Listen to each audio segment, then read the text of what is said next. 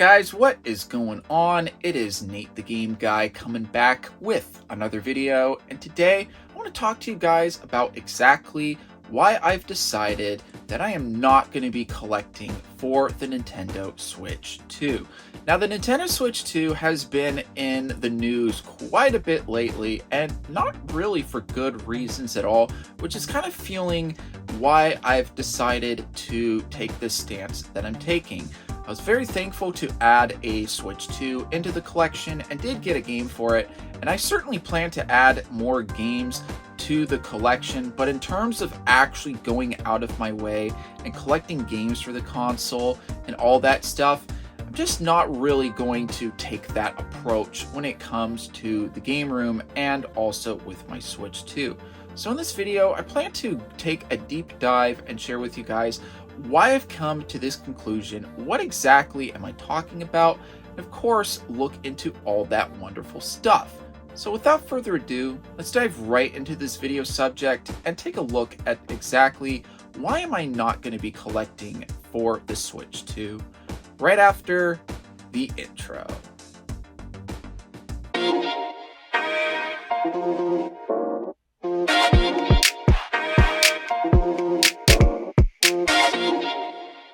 Alright, so let's jump right into this pretty aggressively, starting off with this reason right here, and that is the fact how I essentially feel that the Switch 2 is essentially a rented console. So what do I mean by this?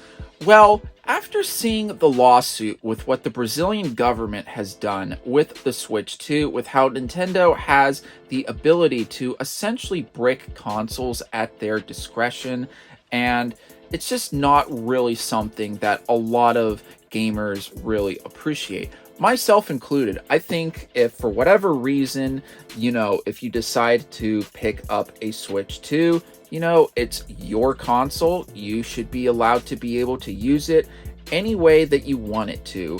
Who in their right mind, working at a company or whatever, right, decides to tell you like, hey, you can't use our product a certain way. Imagine if KitchenAid, if you bought like a knife from KitchenAid and you decide to use that knife instead of cutting up vegetables or meat, instead you decide to use that knife to open up packages or open up bags, and then they say, oh, well, you're not using our product the way that we want you to, so we're gonna go take our knife back. That's just stupid.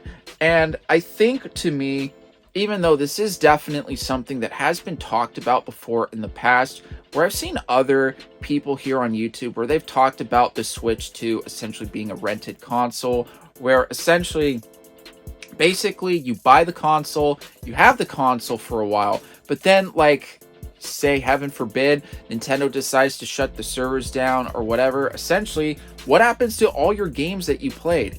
That's not a good situation. So with that, that's definitely something that's going to be playing a huge role into exactly how many games I actually decide to play and buy for this console.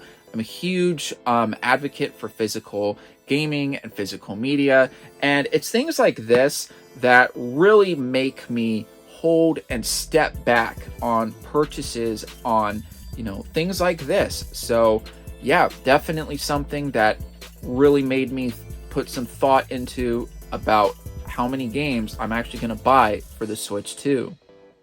Now, this is something that a lot of people have already discussed about plenty of times when it comes to the Switch 2, the game library, all that wonderful stuff from the game community, and that is the game key cards when it comes to the Switch 2. I really don't like the fact that these game key cards, essentially what Nintendo wants to call them as, are essentially just licenses that are physical, where, you don't actually really own the game specifically, but instead what you do is you pop the thing in to your console and you essentially get permission from Nintendo or the developer through the internet connected to your Switch 2 that basically says you can play this game. For someone who really supports physical media, that is a huge concern of mine, because the whole purpose of owning physical media is to own said item forever. Doesn't matter if it's a game, it could be a book, movie, heaven forbid, just you get the idea, right? When you buy a physical product, it is yours forever, unless if it breaks, something horrific happens to it, not because the company that made the product decides to take your access away. At that point, all it is just a license with a physical representation to it, not necessarily a physical product anymore. And when it comes to the Switch 2, I do want to get the new Mario Kart, the new Donkey Kong game that'll be coming out for it looks pretty cool. There's a lot of games on there that look fun to me. However, I can say with full confidence, I'm not going to be going out of my way to collect deals for the Switch 2. Really, the only time I could realistically ever see myself getting Switch 2 games that are not games that I would not play. Obviously, these games would have to be included with other games from like an eBay lot listing or like a local deal on Facebook Marketplace where somebody decides to throw some Switch 2 games in. I can truthfully say I will probably never try to go for a full set for the Switch 2. I'm literally just going to be sticking to what I play, what I plan to play, and all killer, no filler. So that's going to be where I'm at when it comes to collecting for the Switch 2.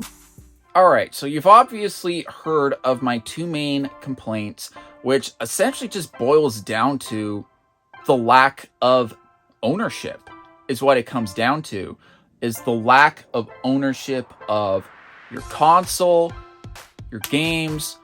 Just the whole scenario is just not good. As somebody who literally is in an entire room filled with physical media, I'm obviously going to be a broken record from what I just said previously, but it literally does not make sense for me to collect something where I don't physically own it. Again, I plan to get games for the Switch 2 that I personally plan to play, but I don't see myself going for a full set for it. I don't see myself having some crazy large collection of like 100, 200, 300, 400 some games. I don't even think I'll even make it to, 20 or 30 games, if we're being quite honest. And it's really unfortunate to see just how the whole climate is from Nintendo and the Switch 2 and all that.